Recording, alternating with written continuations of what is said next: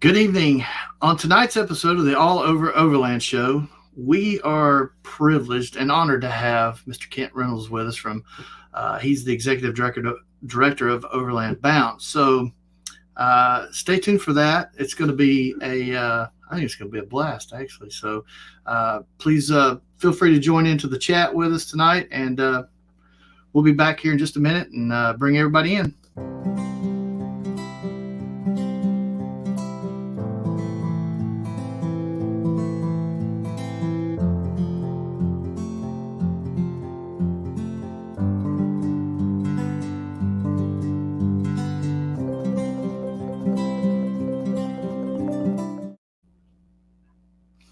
All right, so without further ado, let's bring on the man of the hour, the guy, the host of the show, Mr. Michael Hayden.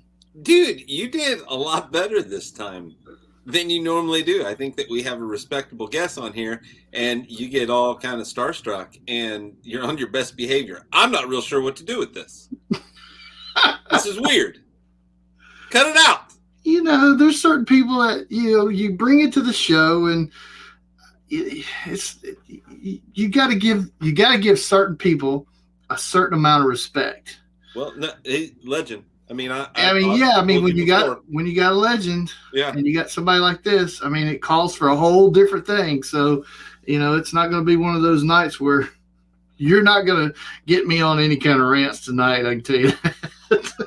You're going to be on your best behavior? I'm going to be on my best behavior tonight. All right. Well, there's a couple things we got to talk about. I got my shirt.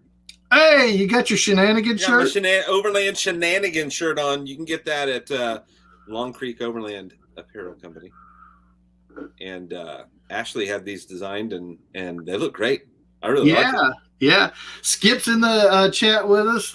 Our buddy Chad Boyd here already. He's one of our he's our main sponsor. Chad Boyd. Flip on down to Cindy's.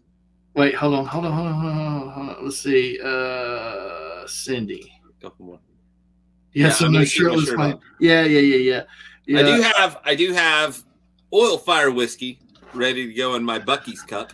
I got some oil fire too. And I think our special guest tonight, Kent, has his. He doesn't have oil fire, but he does have his adult beverage. Skip says no shit show tonight. Well, maybe a little bit. I mean, it's still young. I mean, early. You guys. Here's the deal. You guys don't know Kent very well, then. I mean, he may start some shit. We never know. We'll find out. I know he may turn the whole place upside down. Well, hey, let's bring him on. Overland Bound member number 1632, Kent Reynolds. How's it going, man? Great. How are you guys? We're doing great. We have a legend in our presence. Super happy to have you on. I don't understand that legend thing. Well, now we'll get into that in a little bit, because there's something that you've recently done that you partnered with a bunch of people on to make happen, and I think it's going to be a Hall of Fame kind of thing. It's a Hall of Fame move. And we'll get into. Yeah, I do. I think you might be right. You might be on. And I think if people aren't careful, there may end up being a Hall of Fame someday. I think there's probably going to be one a lot sooner than everybody thinks. In fact, there may be a website or two already owned. Yep. So we're going to have. That's just because Lee buys every website that he thinks a name of. He buys it. Yeah. You never know. Kent may be the first recipient. You never know. He may be the first recipient of our Gucci bag from from the award ceremony. So whatever. So Kent, what I wanted to kind of talk to you about is kind of how you got here. I know that in your background, you work for the United States Forest Service, and you are a retired fire chief, and that was at Golden Ridge Fire District. Gold Ridge, yeah. Gold Ridge. Okay. Sorry. I like the word Golden Ridge, I guess, but Gold Ridge. Yeah. I wrote it down. Anyway. Sounds good to me. So, tell us a little bit about that and how that, did you already have the love for the outdoors before you were doing that, or did you come into those roles and that just grew it to what it is now, obviously? Oh, my parents instilled the outdoors with me. I started off-roading. I don't know about this word overlanding, but off-roading at 16. So it was 52 years ago. My mom taught me to drive a stick shift off-road, and that was it. I never stopped. I first met my wife in 1975 or 75. I took her camping right away in the pickup truck in the middle of the Sierras just to see if she could cut it. And once she did that, everything was fine. No, it's oh my true God. story. It's a good rule of I have thumb. pictures, actually. He comes home and he goes, "Hey, Mom, she's marriage material because she camped." For sure. I made the right choice. That's great. The fire service was just secondary. I mean, I enjoyed the fire service immensely, but and what I learned, the fire service directly relates to what I do now, especially with OVerland Bound. That's how I got our Trail Guardian program going, because of my expertise in managing large incidents. So it was, it's a long road here. And we were going to talk about it, but since you brought it up, let's talk a little bit about the Trail Guardian program. So tell us a little bit how that got started and what that really was set up for, and how you guys operate.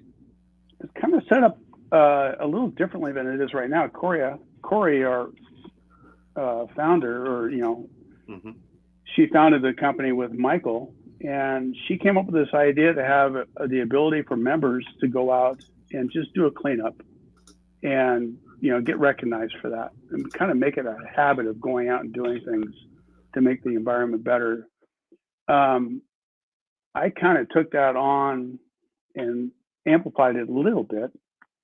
And we now deal with the National Park Service. We deal with the U.S. Forest Service, BLM, Bureau of Land Management. I mean, BLM probably more than anything right now, and the national parks. U.S. Forest Service, not quite as much. But we do annual events in the Mojave National Preserve, and we're going to be in Death Valley next month. The object is to help keep public agencies from closing places, closing our tracks. Yeah. Because at a whim, they can close a track for 6 months on emergency closure. Well, I don't want that to happen, and that's what we work so hard to, and it's a big deal. It really is for us. Yeah.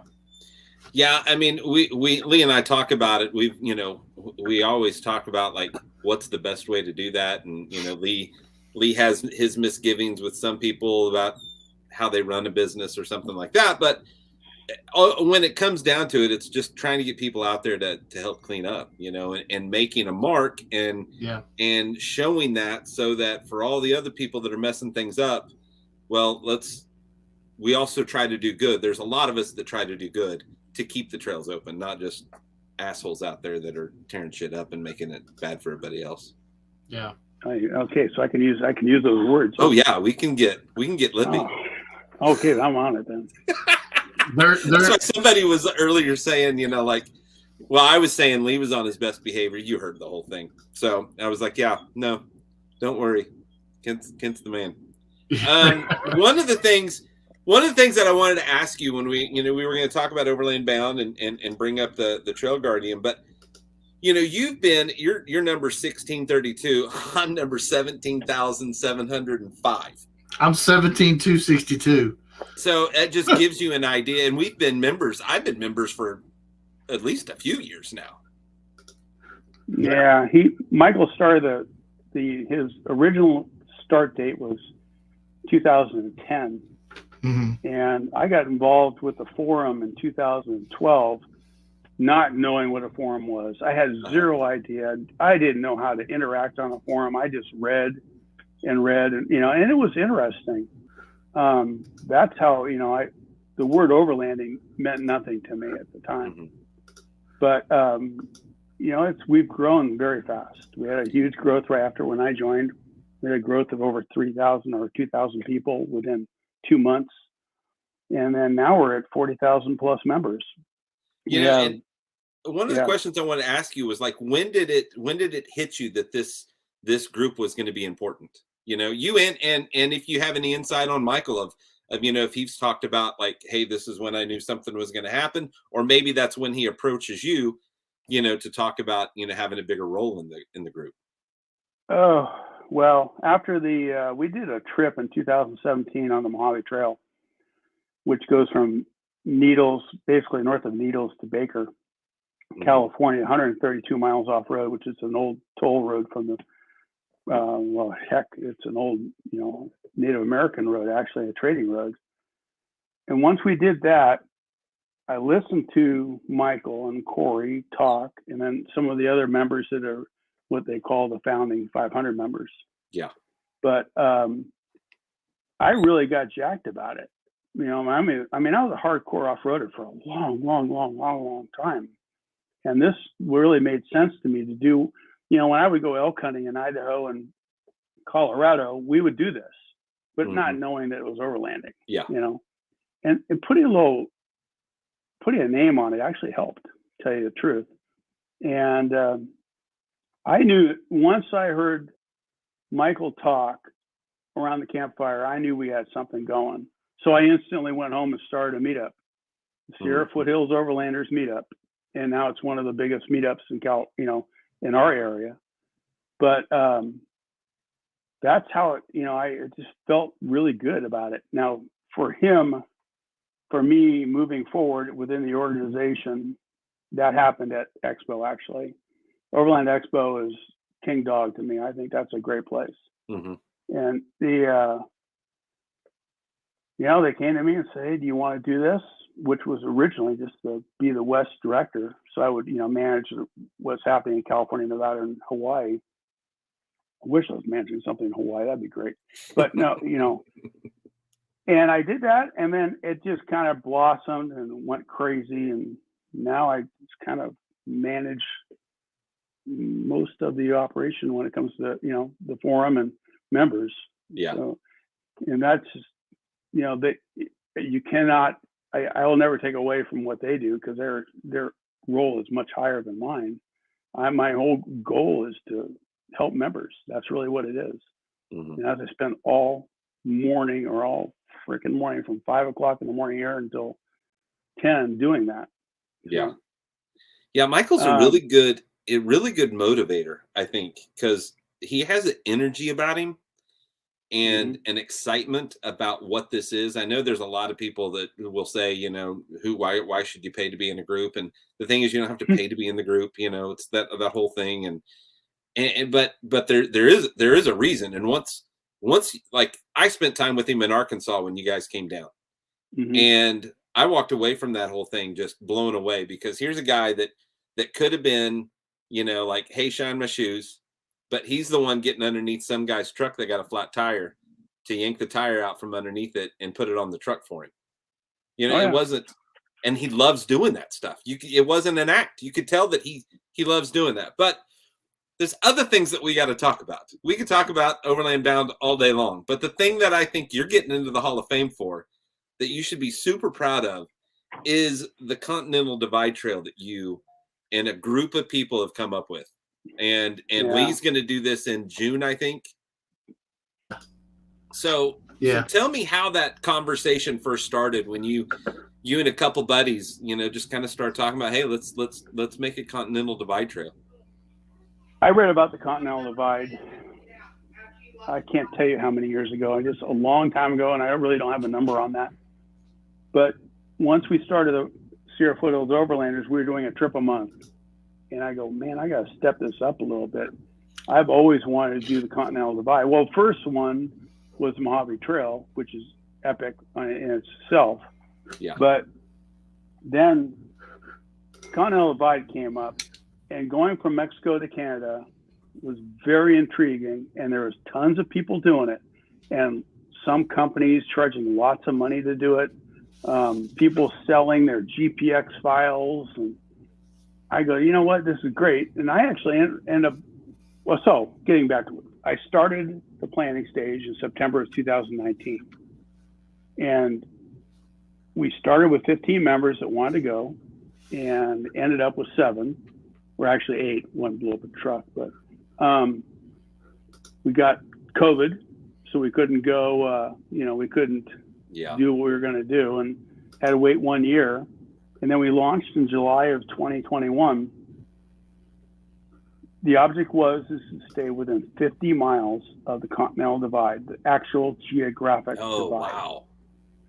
So Yeah. here's what we ended up. We bought a track from a motorcycle group, and they wanted to go into hotels every night. We didn't, obviously.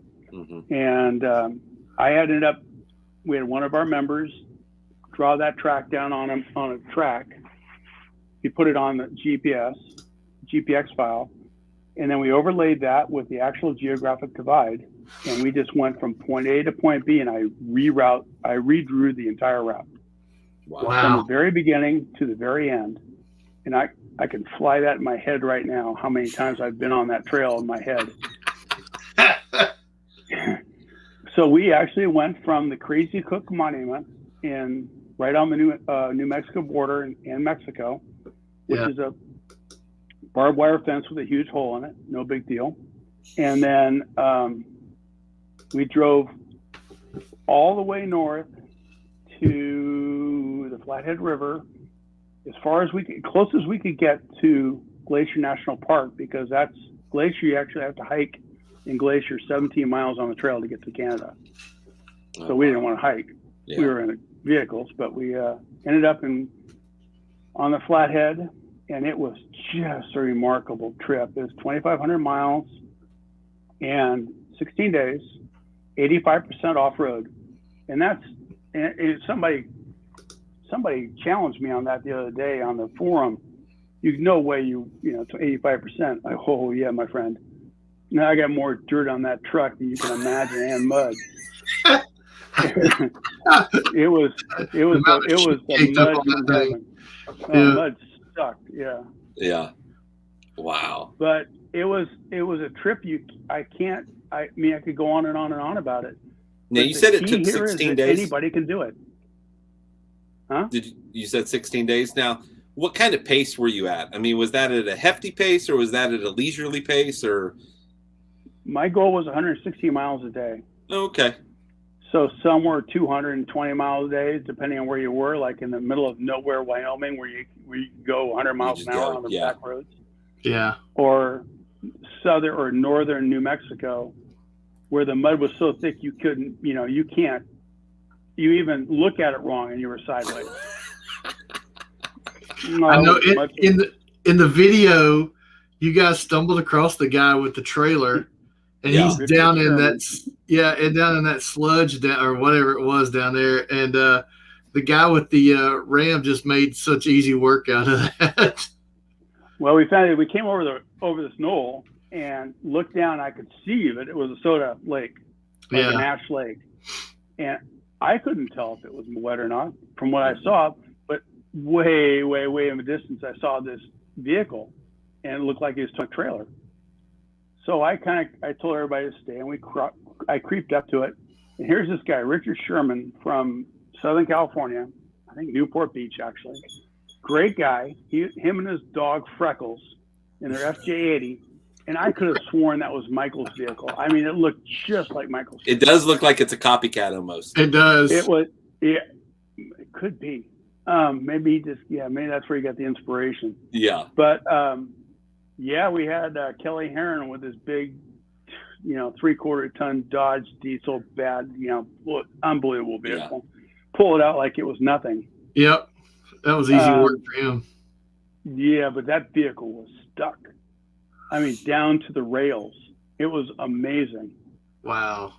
So Richard hung with us for a couple days, and it was good because I had conversations actually with Richard months before. I gave him our track, actually, knowing that he would be on it. I didn't know he'd be on at the same time we would be. Yeah. But it was fun. Yeah, it was great to meet up with the guy. Yeah, and you gave him your track because this is a free track. Anybody can get it. Yeah, that was my whole goal. Yeah. And actually, when I came home, I redid the track. As I went on the trail, every campsite that I could see, I hit a waypoint.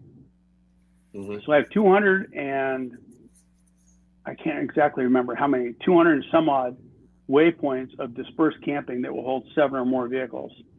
Oh, I got it downloaded and on my Gaia already. I'm already planning the whole thing. Oh, I'm on it. I got to tell you, it's a great track, and it's free. What I love that you did the most with the track is that you talked about making it one track. Yeah. One seamless track. Now, I haven't looked at it. Is it one seamless track right now? Yeah. I did. I'm not a big fan of breaking them up into days because that's not how you travel.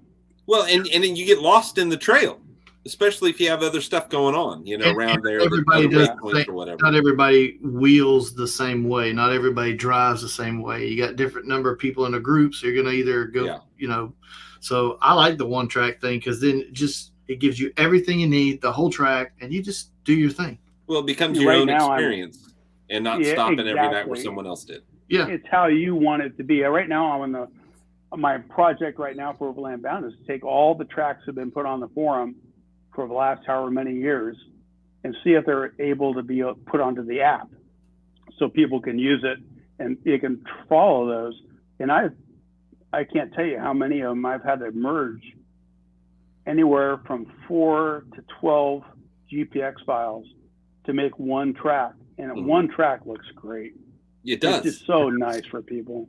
Yeah, it drives me crazy when somebody, shares one and they're like, hey, check this out. And there's like 25 different colors. Oh, wait a minute. I'd say it's a mandatory whiskey shot. Oh, yeah, he took a drink. So here's Here the we kid go. and Mr. Hall of Famer going to be. You guys are killing me. That's what we're here for. Yeah. So tell us now, you have a Jeep. You said that you've always been a pickup guy. You've got a Jeep. You got a Jeep Gladiator. How are you liking it?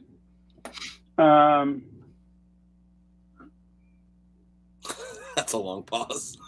It is a long pause because it's a purpose-built vehicle, and I.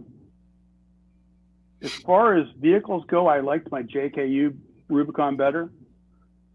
The Gladiator will go anywhere, do anything I want to do, but it requires, I've had to lift it a lot higher. I've had to put bigger tires on it. I've had to do more things to it to get it over the obstacles that I might encounter. I'm finally back to a 6-speed manual transmission, a Millennial anti-theft device. And I like that. I've only owned my last JK was the only automatic I've had. I like getting back to manual. But the Gladiator it looks badass actually. It's incredible looking vehicle. I'm about ready to put a OVerland camper on there. Oh, nice. Out of Flagstaff, and it's a pop-up. Our buddy, not a camper. Our buddy Mario from AT OVerland? No, he's not in Flagstaff. No, that's right. He's in they're in Prescott. Prescott, yeah. Mm-hmm. Now it's different. AT's different than this one. Okay. I don't want to be biased, but I like this one better. Well, if you're getting it, I hope so. I looked at every single one of them, Cab, all of them, and I like this the best because I could tell the guy what I wanted, and he did it, and he didn't even blink. What brand is it? OVerland, OVRLND campers. Gotcha. And it's just a different type of experience I've ever had with a company. This is really a good group. Well, good. When do you take delivery of it? 2 weeks. 17th. 2 weeks? Week and a half. 17th. It gets installed 17th. Well, now that is a pretty neat looking concept. I'm not going to lie. I don't think I've seen this. No. But Michael, here's one on the back of a Pro 4X Nissan Frontier. Are you going to be able to show it to me? Oh, or no. Just talk about it? I'm just going to talk about it. Okay, that's what I thought. Yeah. Well, put the link for that in the comments when we're done, and that way everybody that's listening can see it. Yeah, this isn't a plug for them. It is truly the best vehicle or the best camper I could find. Oh, dude, that's the way we talk about stuff. Lee and I don't talk about things that we don't like. We're either interested in how the company got started, or we're interested in the innovation that's there, or we really, really like the product. We're not about to. Or the final one is we just don't give a shit one way or the other. So that's a lot of it. I like you guys. You're awesome. So, I posted the link in the chat for anybody that's listening on the radio side and also on the Facebook, YouTube side. So there's a link in there to that camper brand. I've never heard of them. I have an Alucab, and I'm selling it. So if anybody needs one for a 5-foot bed, I'm selling mine because I'm going back to another trailer. I'm selling my trailer. Are you? Now, hey, now that leads me to a question. You can do this whole Continental Divide Trail with a trailer, right? Yeah, with an off-road style trailer. You're not going to pull a fifth wheel up through there, but you know what I'm talking about, a traditional off-road style trailer. And I think a lot of people, I've actually talked about this in a couple of groups, and they're like, well, I got a trailer. And I'm like, dude, he had a trailer. Go watch the video. Well, maybe we had two of them. Yeah. I like that you brought up the trailer part, but that made me kind of think of, what do you think as far as the Continental Divide Trail that you guys got planned out? What do you think the vehicle requirements would be for that trail, so people listening can kind of know what they're getting into based on what vehicle they have? Yeah, I think I said in the interview with Michael that a lightly modified vehicle would be just fine as long as you have very good tires. Yeah. Minimum of like 2-inch lift, and have the ability to go. You need to be able to know how far you can go in 4-wheel low or 4-wheel high even. So if you can go 250 miles without fueling, you'd be just fine. It's not a hard track. There's parts of northern New Mexico that got rocky, but not technical. They got rocky. One JK got stuck or high centered, but we didn't have a problem. The biggest problem we had was mud, frickin' mud. In New Mexico mostly, or the vast majority of the whole? New Mexico and southern Wyoming. Really? We had rain every night. So what's the best time of the year to go? Such a hard question. Not June. I know. That's why. My plan. July. We were July 27th. I think we launched. See, that's what I'm thinking about going, is the end of July. I would do it again in a heartbeat, because you can get stuck in Colorado with snow. Who's that in the background? It's my wife. I can't see the picture. Say it. Hi. Hey. Say hi, Lou. We're waving. She's like, oh crap, it's on video. That's okay. My little kid will come in sometimes and just go, "Hey, everybody." Yeah. He brought up a good point. Knowing how far your vehicle can get in 4-wheel drive, whether it's 4 low or 4 high. A lot of people don't think about that whenever they go on a trail. They know the trail is this many miles. Yeah. And so they're like, I can make it. And they don't realize that if they're in 4-wheel drive even 15, 20% of the time, you might not make it. Yeah. You can't overthink this. It's strictly, you have to be prepared for everything. Yeah. Snow, mud, ice, fog, rain. And you have to be aware of your surroundings and know what's happening. Have good weather, app, and so you know what's happening ahead of you. And it's just, you're on the road, you're on the trail for 16 to 20 days. And I'm good. You're relying on yourself, and maybe another person if you have people with you, but you got to get in and get out. Yeah. So I think you just do the trail, go, and if you find this place you can't maneuver, go around it. We did that. We actually.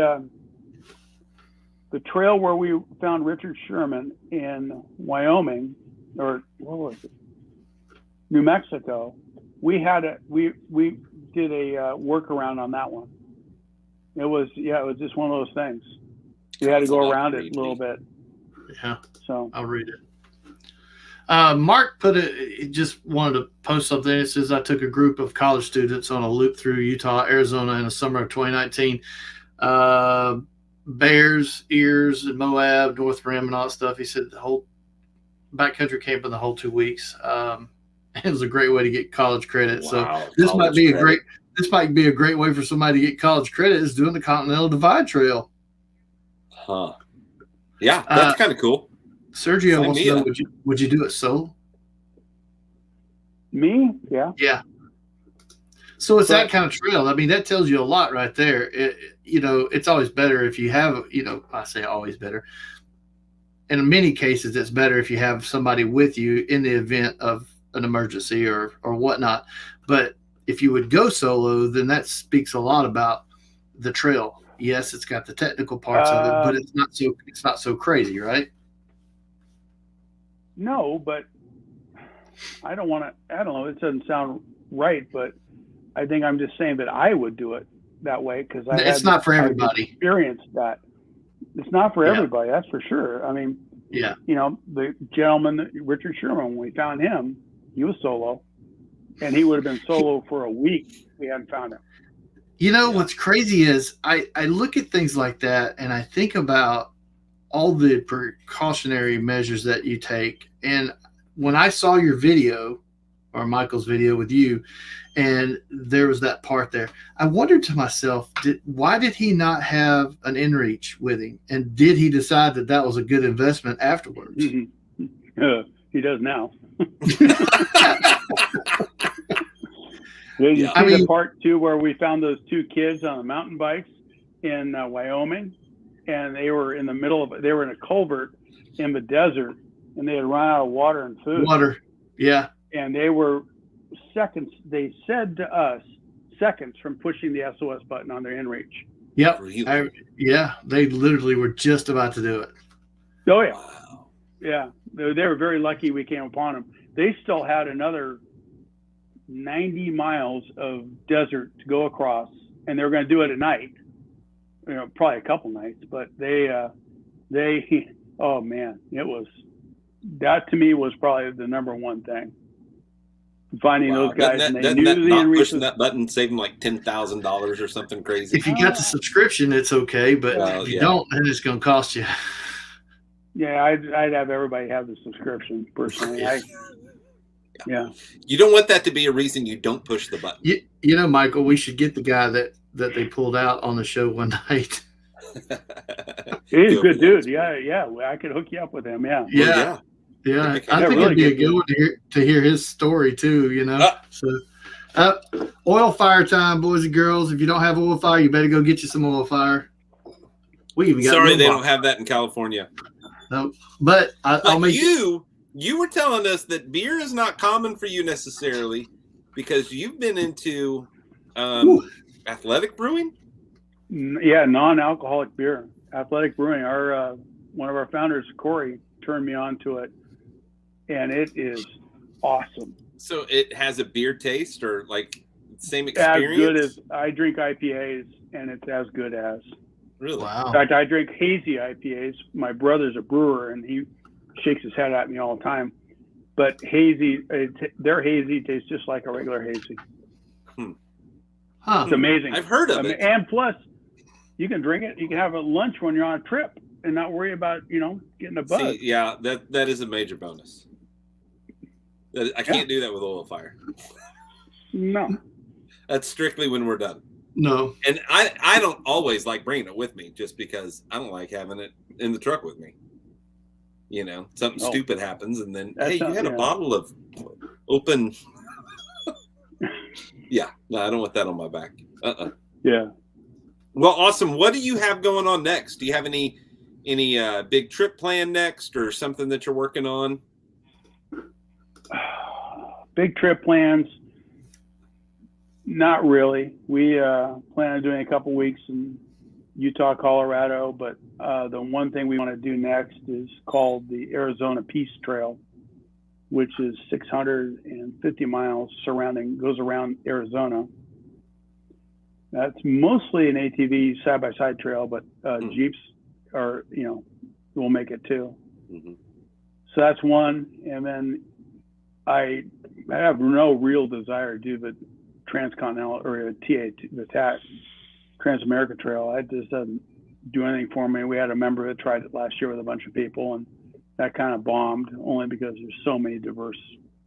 It's mostly a dirt road. Yeah. But then you hit some bad stuff. I mean, if I could do the bad stuff all the time, that'd be great. But it's that. Yeah, then you go through Oklahoma. 2 days of dirt road, Yeah, when you hit that Oklahoma, that red clay in Oklahoma, and it's wet. That's one place it turns. it once it grabs a hold of your car or your truck, it doesn't let go. So the plan is, I want to do this around the end of July. That's when I want to start. So it's about the same time frame as you are. But my plan is that when I end at the northern border this year, next year, provided that everything's okay, I'm going to pick up there somewhere close by on the northern border and head all the way to the Arctic and finish it off and do a total of 7,500 miles, I think it is. Exactly. I'd like that too. We were one of the owner of Overland Campers was on a bike, a motorcycle. And some point during our trip, he passed us and continued all the way up onto the Arctic Ocean. So it's real easy to do. It's not a big deal. In fact, you get in touch with him. It's something I'd like to do also. But now, let's go in 23. Yeah, that's my plan. Let's go in 23. Yeah, that could be a doable thing. I want to do that, but I want to come back to the ferry though. That's the thing. I want to come back to Seattle on the ferry. So I want to go up and I want to do the Dempster, so that I go to all the way up to the ocean, camp at the ocean right there. Then I want to come back down and go over into Alaska through Chicken Corners and all that, and then hit the ferry in probably Anchorage, I'm guessing, or somewhere Anchorage, and then pick the ferry up, do the ferry runs inside the passage, and so I want to do that back down to Seattle. Perfect trip, Lifestyle Overland did a great write-up on the Dempster. Well worth looking at his information. That was really good. He did a good job on that. Yeah, that whole trip he did. I mean, they've got a lot of good video. That's a group that really, I like how they kind of like with Chris with Venture Forward, they'll go. They're not afraid to go in town and tell you what the town's like, which is one of the things that I like. They're nice people. Yeah, they really are. But he did a really good job with that, keeping it all together. So you had a good visual on the trip. So that was good. Yeah. No, I don't like a lot. I don't watch a lot of videos, so I watch those. So after this summer, the next summer, it's pick it up and head north. So it's on. You heard it first here. The trip is planned. It's in the books. It's going to happen. I probably will not be retired or won the lottery, so I will be staying my ass at home while they do that. That's usually the way that works. I do the close to home trips. Well, awesome, man. I really do appreciate you being on. We met in Arkansas for the Overland Bound rally. Now, when you coming back? Oh, I love Arkansas. That was so much fun. The people were just incredible. I had a great time. The food was awesome. There's nothing I didn't like about that, especially for the rain and the mud. I didn't care about that. That stuff doesn't bother me. That wasn't mud. Well, it bothered Mason Berry. He buried his Jeep. He decided he was going to be a U-boat commander. Yeah. He's got Mason's Toyota on his dude. I like Mason. He's a good dude. He's a good guy. I like him a lot. He's helping a friend out right now that just moved to Arkansas, and just a really wonderful guy. I like him. Yeah. Well, I'm looking forward to you guys coming back, even if it's in limited number of people. We'd still love to have you, and that's a stomping ground of Lee and I and a bunch of people that listen to the show. We're always in Arkansas tearing it up and having a good time, and we just enjoy it. And that trip that you guys or that time that you guys came, it was a lot of fun. I mean, we got to sit and talk, and I got to learn more about Overland Bound and you guys and everything. And it was just a good experience. Hey, do we get to have fried devil eggs then too? Yeah. Oh, that's an Oklahoma specialty. I don't know. I had never had those before. Fried deviled eggs until today. Oh my gosh. They look good. It had a pickle in it. And I'm usually not a pickle guy. But it had a pickle in the fried part. And I got to tell you, that pickle made a huge difference. Really? Yeah. It doesn't sound like it should be in there. I don't like my deviled eggs with pickles in them normally at all. But because it was fried, I think it just kind of, it wasn't overwhelming. There was just a little hint of it because there's a little sliver of pickle in there. But yeah, it was good. Yeah, it was really, really good. I love the food in Ozark, and we just had a good time. It was fun being there, and I would go back to Birds in a heartbeat. Yeah, well, and then you got the possum pie. That's really what it is. The possum pie is the best thing at the little cafe there. So and it's just a chocolate pie, but it's so good.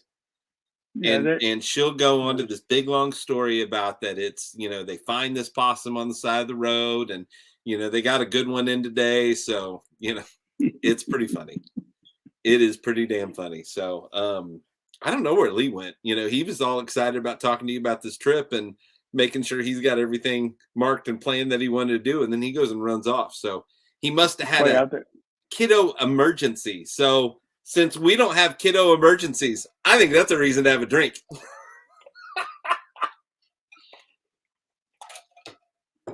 And I do have a 10-year-old. She's just at her mom's. So, not. Mine just turned 40.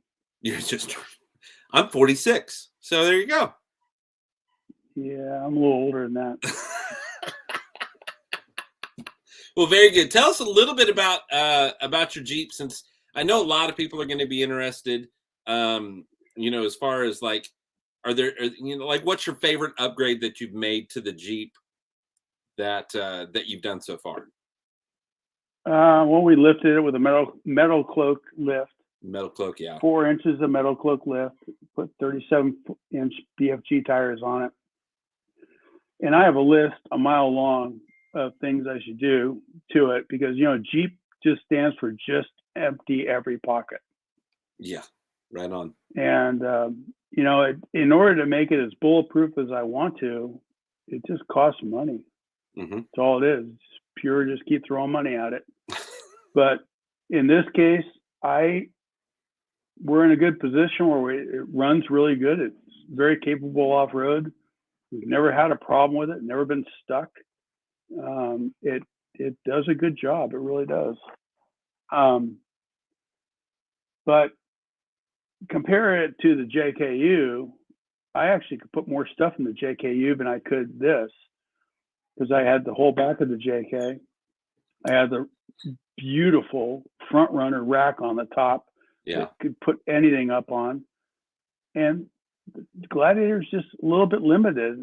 And we'll see what happens next week when we put the camper shell on there. Things are going to change. Is it limited because of the inside space that you lost? Yeah, I lost a lot of inside space. Yeah, and you prefer that over the truck bed right now? I'm asking. No. It's a hard question. I get it. No, it's not. I don't. It's just different, and I have to get used to it. With the camper on there, I'll be able to store the things I want to store. I won't be towing a trailer anymore, which is really important to me because I go just when we leave our house and we head up in the Sierras, we instantly are in places that I can't bring my trailer. So I need to be able to, kind of like in the fire service, when I used to go to big wildland fires, I want to be able to get into a place that's burning and get out of a place that's burning real fast. And that's how I want to be. So that's what I think about Lee being on the phone. Get rid of them, huh? But to get back to it, the Gladiator is a great truck. I mean, I'm on these stupid Facebook pages that, Gladiator hater pages, and they people just don't realize that every vehicle has had these problems since day one. It's just social media amplifies it all. Yeah. So I kind of have to just take I'll read what is halfway decent. And I did hear that the the new Tundra's turbo V6 is having a lot of trouble. Well, yeah, a lot of V6s are having trouble. Yeah. Yeah. So, I mean, Gladiator or Jeep V6 is having trouble. Tundra's having trouble. The only one that's not really is that Ford EcoBoost, which is a nice engine. Mm-hmm. Mm-hmm.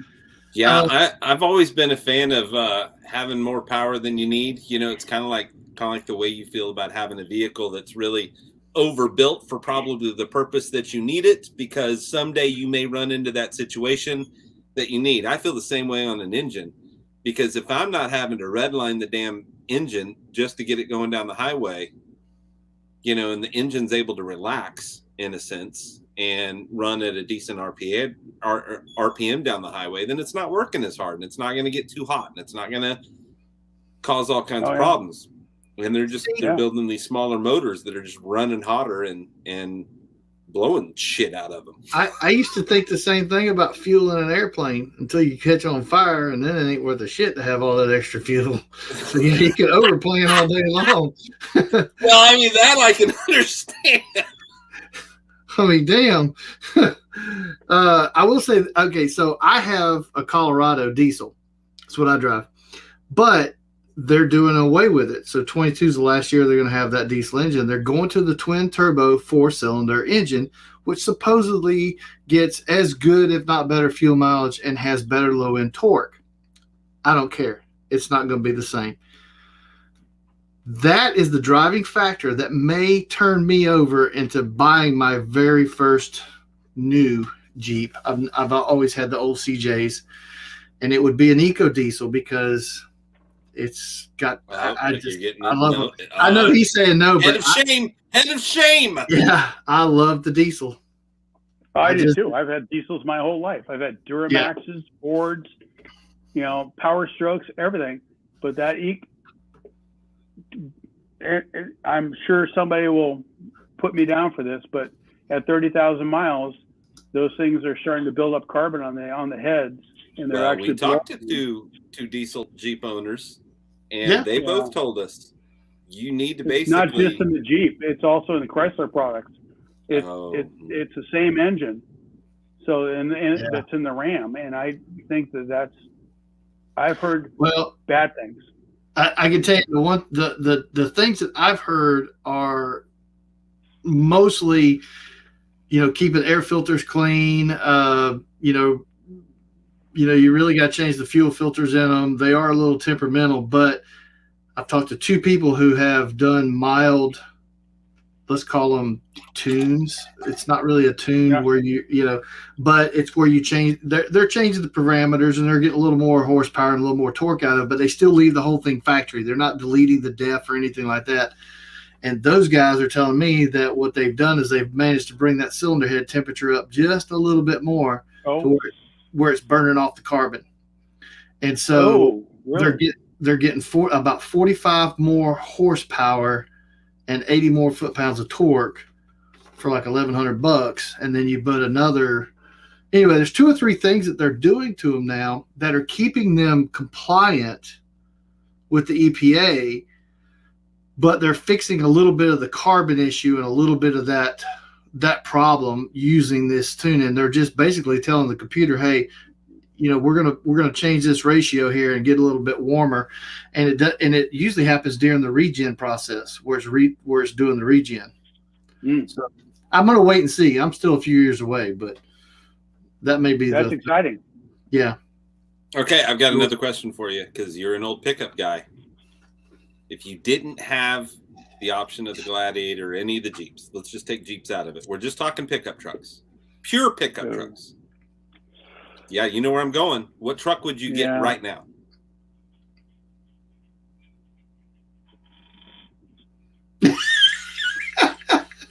No pressure. All I asked you this because my girlfriend asked me just the other night the same damn question.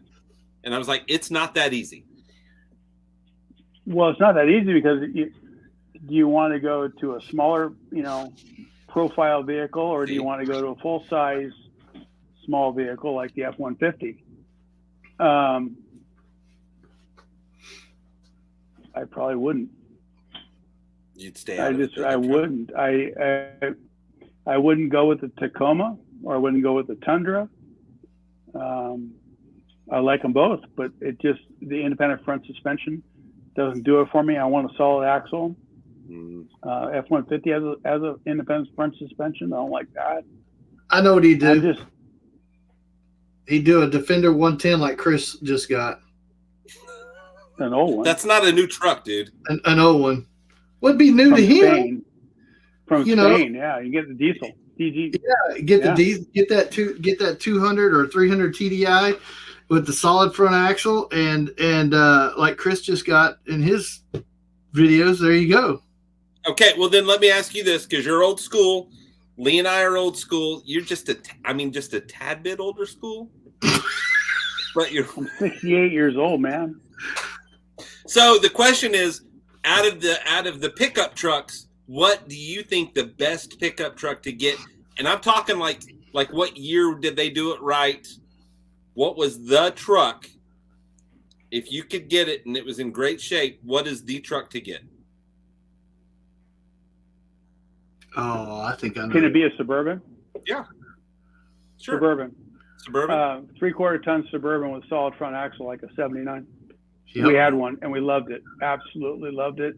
Took it anywhere. I put 4 chains on that thing in the Colorado elk hunting, and I thought I went past the Jeep and everything. I mean, just the most remarkable vehicle I ever owned.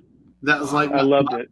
My old K5 Blazer that was like a 90 or 81, maybe 2 K5 Blazer. Same thing. It's just like I loved it. Yeah. It had the old Detroit diesel in it. The 6.2 diesel, but it was based off the Chevy V8. It wouldn't get out of it. Yeah, it wouldn't get out of its own damn way, but it'd pull a house off the foundation. I like the old school Chevy 3/4 tons with the solid axle. Yeah. Yep. Part-time 4-wheel drive, or with the locking hubs, not the full-time version. Yep. Yeah. No, I'm right there with you. Old square bodies. We own several of them. Yeah. Yeah. My uncle Mark, he's what got me into off-road. He had I think it was an 85 GMC white long bed, 35-inch tires when that was huge, back in the mid 80s. People didn't have that often. Not here in Oklahoma anyway. Pizza cutters back then, yeah. Yeah. Yeah. So that kind of got me into it, and I've had the bug ever since. I've had Jeeps, I've had pickup trucks and 4-wheel drive. I've got, I'm in a Nissan right now. I really like the Nissan, but I didn't bring it up because it's not a solid front axle. But I think it's a better option than those other ones you were talking about. Anyway. Well, awesome. We've hit about an hour, so we're going to let you go so that you can do what you do in the evening and hopefully relax for a little while. Absolutely, yeah. Before I got to get up and get back at it again tomorrow. There you go. Well, thank you so much. Now, you guys, for the Trail Guardian, are you going to be somewhere soon? We are going to be in Death Valley in 2.5 weeks. 2.5 weeks, yeah, on the 24th of February. Okay. Nice. And they just get there through the OVerland Bound app, and is that where that's located at as far as how to get involved, or? That's the best thing to do. Get on our page for that has the Trail Guardian events on it. That one happens to be closed because I have a waiting list of about 20 people. Oh wow! So we'll be in the Mojave Preserve April 22nd, and that's 50 rigs. That's a good problem to have, when you got that many people wanting to be part of something like that. So that's really a good problem. We've wanted to be in Death Valley for a long time, and it's been a really tough nut to crack. But we're as there. Far as being able to get that many people to be able to get in there at all for the permission. any volunteer volunteer events Yeah. in Death Valley are very limited. My good friend Del Albright, who's one of our really big time land use management guys, he was amazed that we're able to get in there, and all it was persistence. I kept bugging him every week. Yeah, because I talked to some. I think someone, even a group in Oklahoma. I think it was talking to even just the state parks, about getting a trash day, and they were like, "Oh, hold on here. There's a lot of things that a lot of buttons we got to push and hoops we got to go through." And I was like, I just want to get people together with trash bags. Well, if you ever need help with that, to call. I can make it happen for you. Right on. Sweet. Right on. We've got Lee and I've got a project here in Oklahoma we're working on, and that's the Overland Radio Island. The Island Mon. The Island Boys. Island Boys. Oh, hell no. Island Boys. No. Shit, no. We need to have a shirt made. Now that I think about it. We need a Radio Island Boys shirt. I wonder if we could order one of those wigs that looks like they got a bunch of peckers on their heads. Well, I think you just go and get a Bart Simpson costume. One of their characters had hair just like that.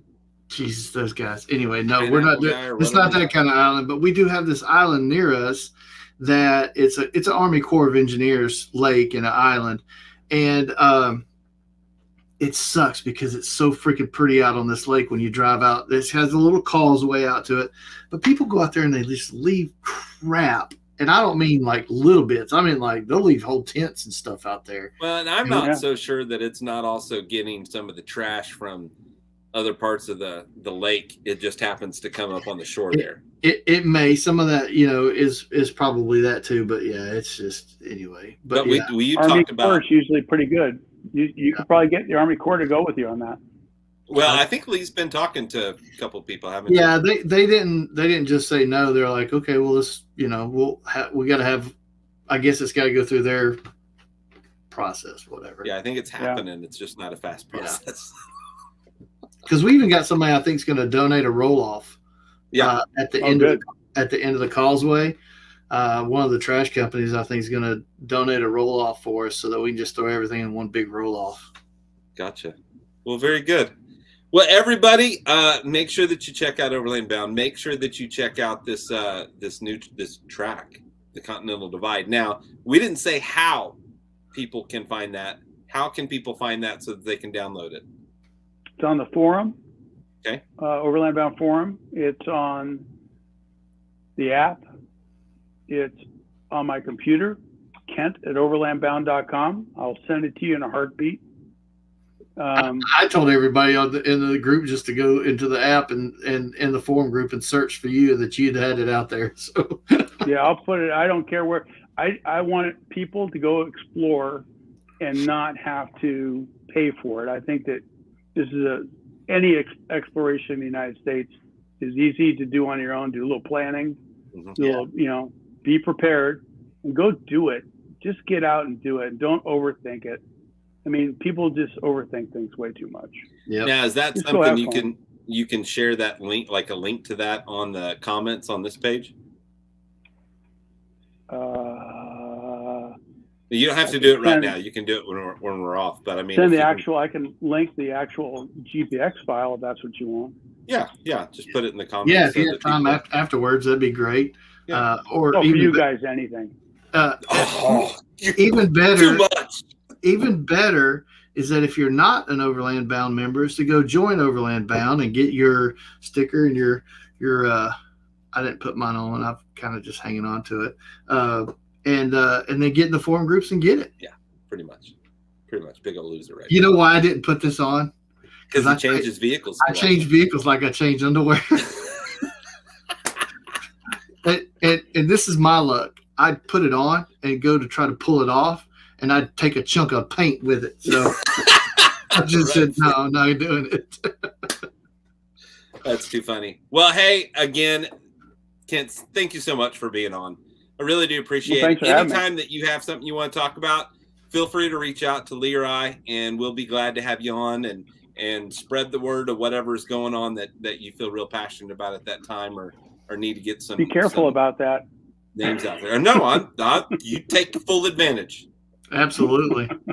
Yeah, absolutely. we're here to serve the community, and that's why we started this whole thing, is just to be part of it, you know. And somewhere down the road, if you guys get to a point, you call us, and maybe if it's a good location, Michael and I'll come meet you, and we'll set up our whole little studio, and we'll just do live stuff from right there at one of your events to help promote and push. You know, we can't do it in Death Valley, obviously, because there's probably no cell service down there, at least not that I can remember. But anyway, you know, got some of those, let us know. We have an in, and we're actually talking with BLM in Utah right now. So Utah's not too far from you guys. I got my daughter lives there in Ogden, so yeah. We're right in the middle of the country. We can get anywhere. We can get anywhere. That's right. I look forward to doing it. If we can't drive, I'll just steal a plane and we'll just fly there. There's always that option. Always that option. Well, everybody, thank you for watching. Thank you for listening. The comments were on fire. Thank you guys so much. We really appreciate the engagement. And Lee, thank you for pushing all the buttons.